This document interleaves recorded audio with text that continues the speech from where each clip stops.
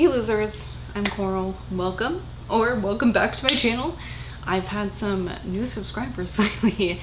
Thank you for joining me. I mostly talk about horror, but I read pretty much all genres, but however, I do really stick to things that are like weird, dark, strange, uncomfortable. So that is what you will find me talking about and reviewing here, with some exceptions, of course. Today I'm here with my mid-month check-in for the books that I've read so far this month.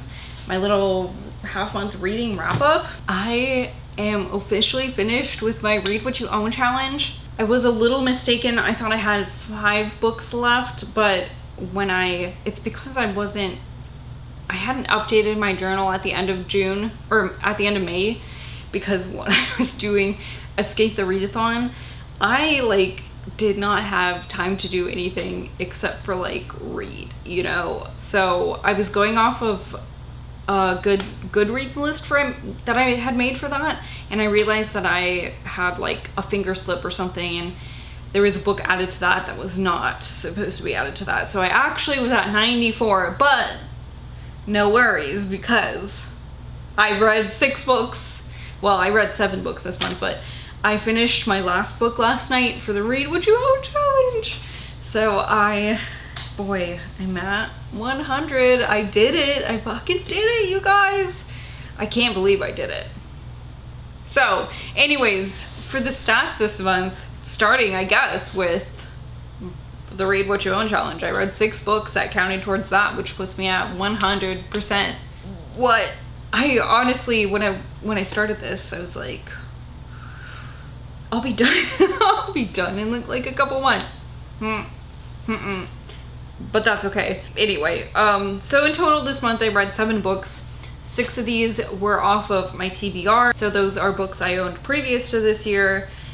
Let's see. I read 2,191 pages, which is about 156 pages per day. I read 3 horror books, 2 sci-fi books, a literary fiction book, and a nonfiction book. The oldest book I read came out in 1979. I read a book from 2012. I read 2 that were published in 2016, 1 from 2018, 1 from 2020, and then I read a new release. So that came out in 2024. As far as the series go, I do like to keep track of that when I read them, because I'm not very good with that. I did start 2 series this month. I read 2 books that started series this month. One I think I would like to continue with, and one I probably will not. I'm going to start this whole thing out with the book that I do not own. I rented this from the library as an audio. This was read by the author, and Jacobsen. This was Nuclear War. You may have seen this around, because I've seen multiple people talk about this, and really, I didn't know much about it. I saw the title, I saw the cover, and I said, I'd like to read this. It says a scenario right on the cover, and I'm like, oh, I would like to read this. And let me tell you, it is 400 pages of me shitting my pants, right? It is a mix of a scenario. The author comes up with this scenario that is uncomfortably plausible, so well thought out and researched that it I had trouble sleeping because I was thinking about it. And the way it's written too, it's just so well put together, because it's not just she tells you about this, but dispersed throughout the scenario are facts about, the history of, and facts about the science behind nuclear war, and there's some political science stuff and political history stuff and things like that, which helps you become familiar with you know, why this makes sense and why this scenario makes sense. And it's terrifying. So, like, super excellent read. I think everyone should read it. Like I said, the author read the audio. She did a great job with it. I would definitely like to read more of her stuff. It seems like she writes some, like, books that are up my alley. Books that some people might look at the titles and say, like, oh, wacky stuff, like Area 51 UFO stuff. But I look at that and say, I like this lady, you know? This was a troubling book, a real life horrifying book, and one that I think is really important, especially considering that, like, if nuclear war happens, it seems like that's it. Like, there's not any scenario really where mankind is gonna be okay after that.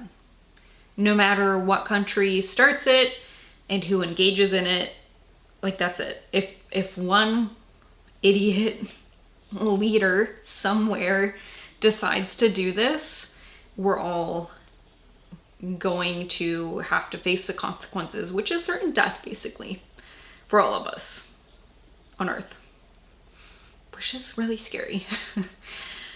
It's scary that we just have this technology sitting around. So, anyway, great. On to the next book. Jesus. I also read Totem by David Morrell. This came out in 1979. This is like a horror novel. We're following like I don't know if he's a sheriff. He's some sort of like law enforcement cop dude in a small Wyoming town. He was formerly in Detroit and he needed to escape and live the slower life, kind of a trope, you know.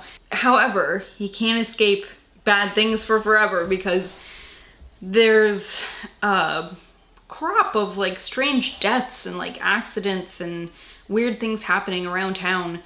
For example, a hit and run accident happens and the body's taken to the morgue and the body disappears and like the coroner is found dead. He has like a heart attack and then like the dead body's like disappeared and they're like, what is going on? So just like all these strange occurrences.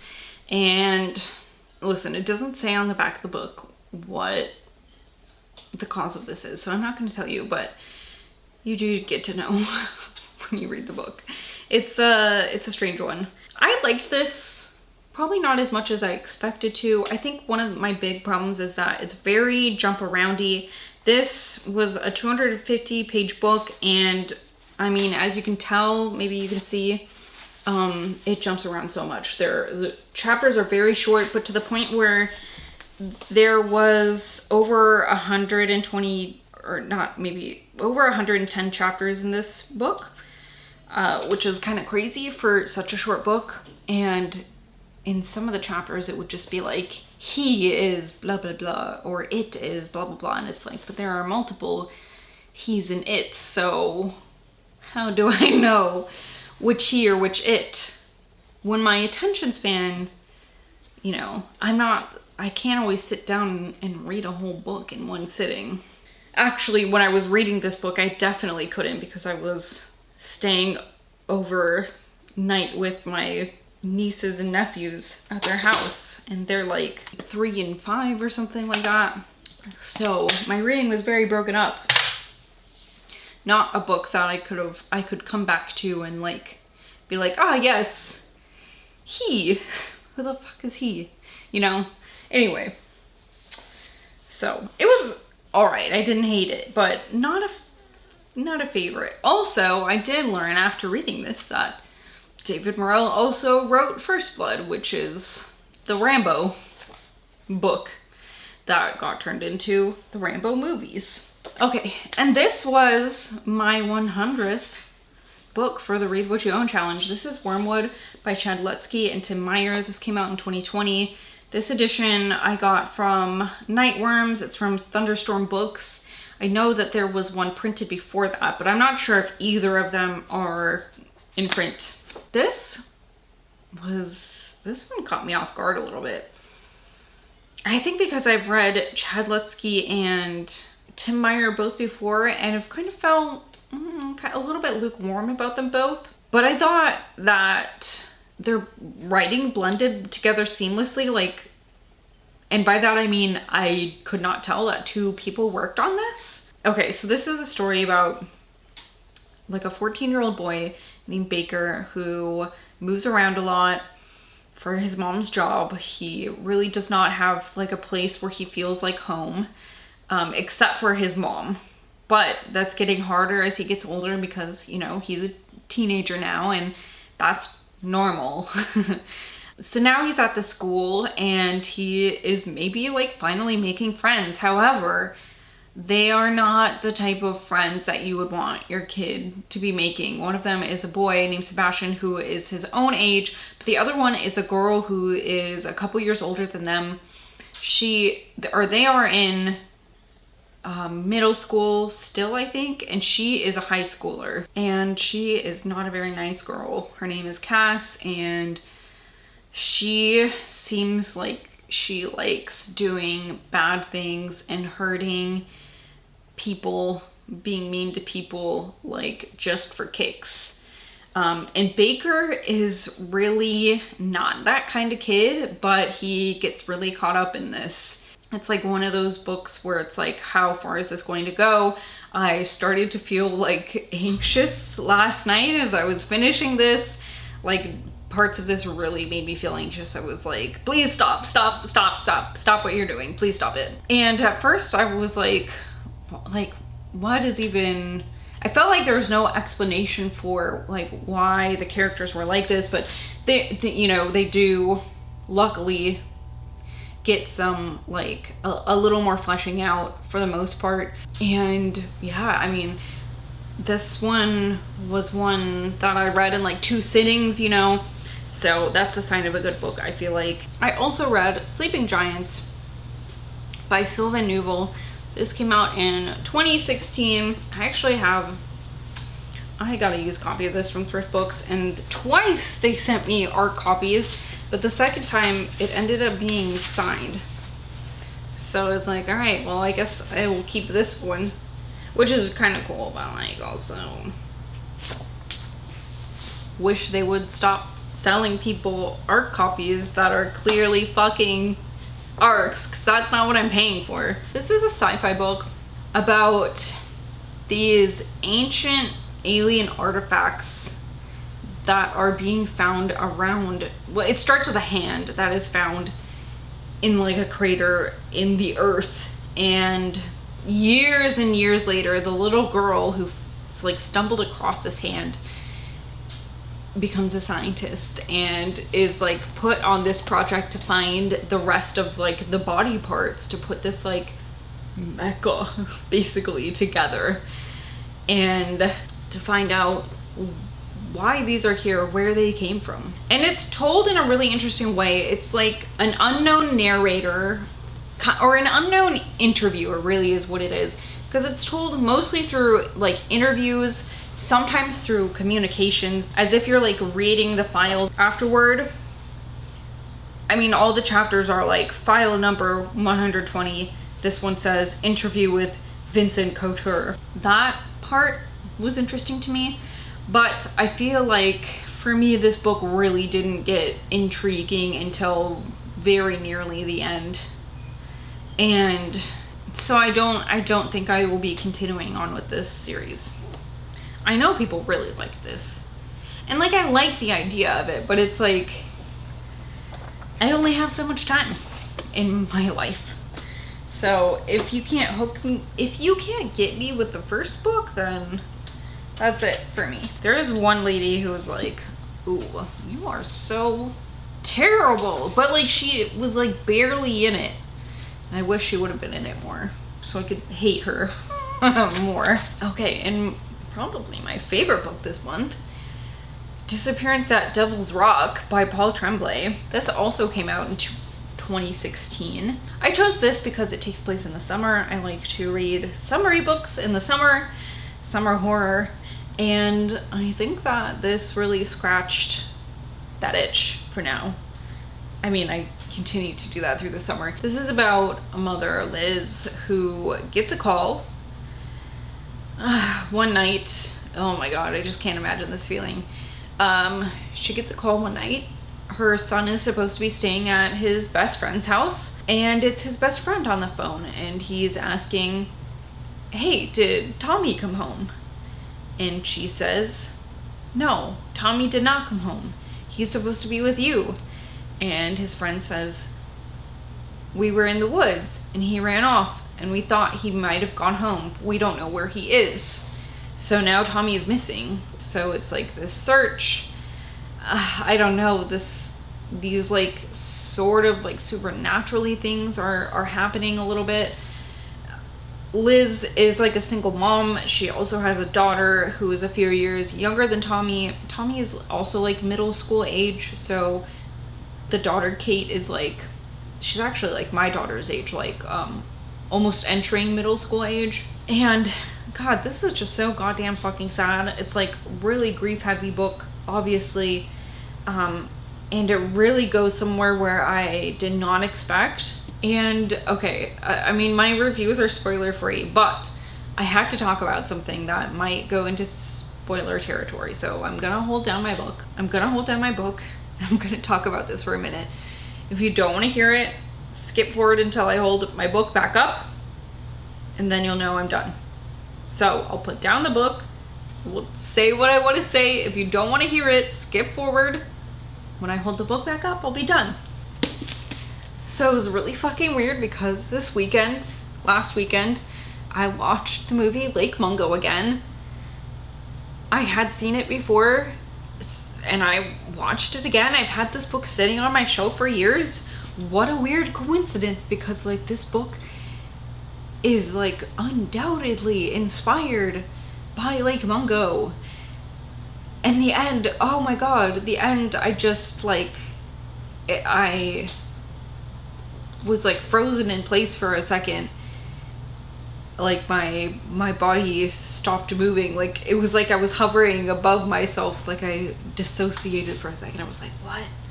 Whoa, weird. Like just what a weird coincidence that of all the movies in the world, all the books in the world.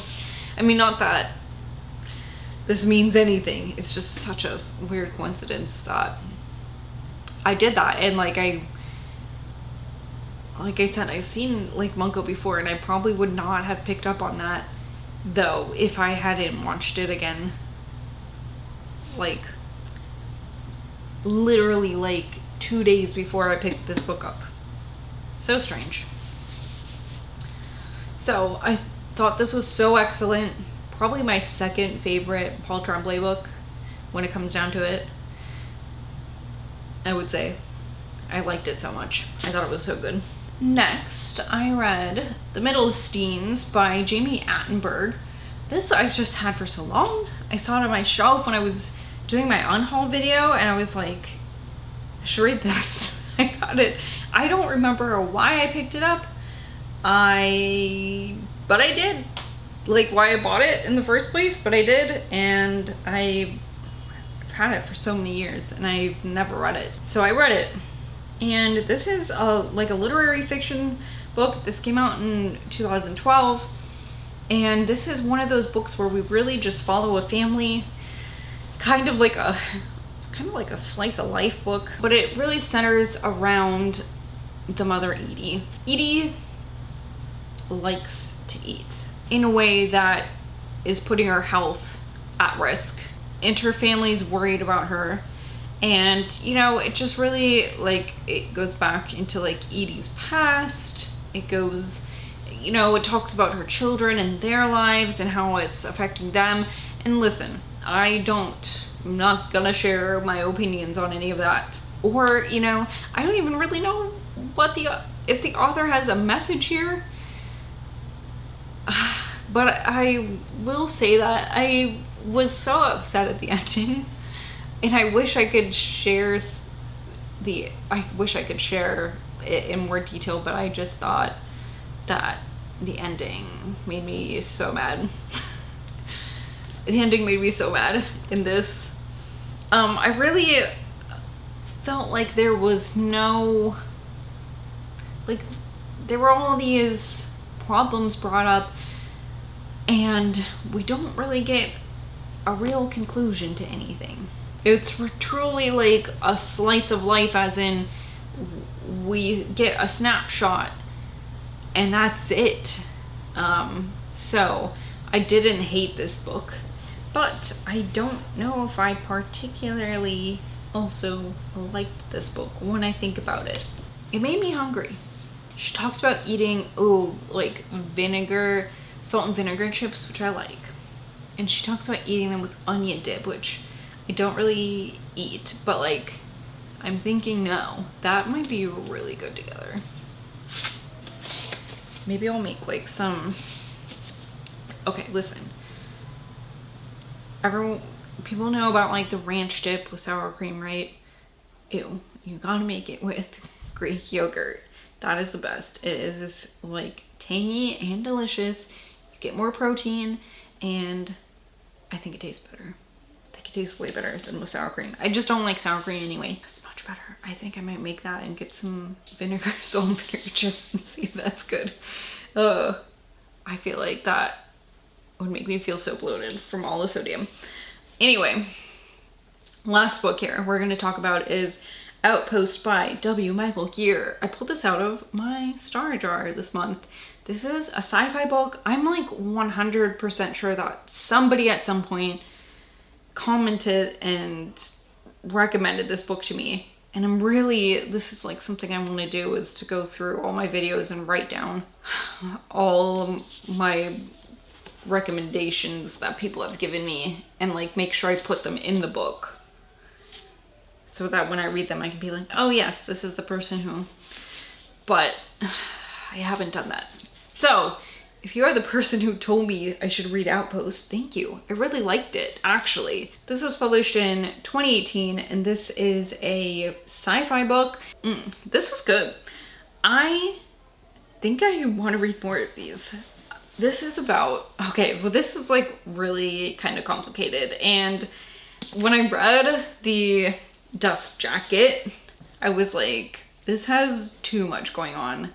This seems like I'm going to get lost here. But I think the author did a really good job of laying things out in a way that sad, confused people like me could make sense of. And I'm like really intrigued by what's gonna happen. So basically, humans, we are space traveling at this point, and there is this planet called Donovan that is kind of far away. They have to use like deep space travel, like I don't know what they call the method, but they have to use a method of space travel that like messes around with things. It's not just like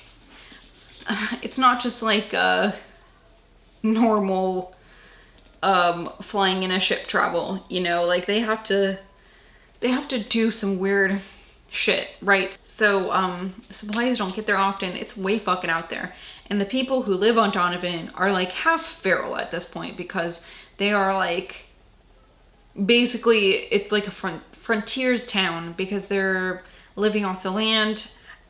Basically they are you know, having to build their own supplies. They have their own kind of like law enforcement thing going on, their own sort of government almost, because they are so out there that there's no one to tell them what to do.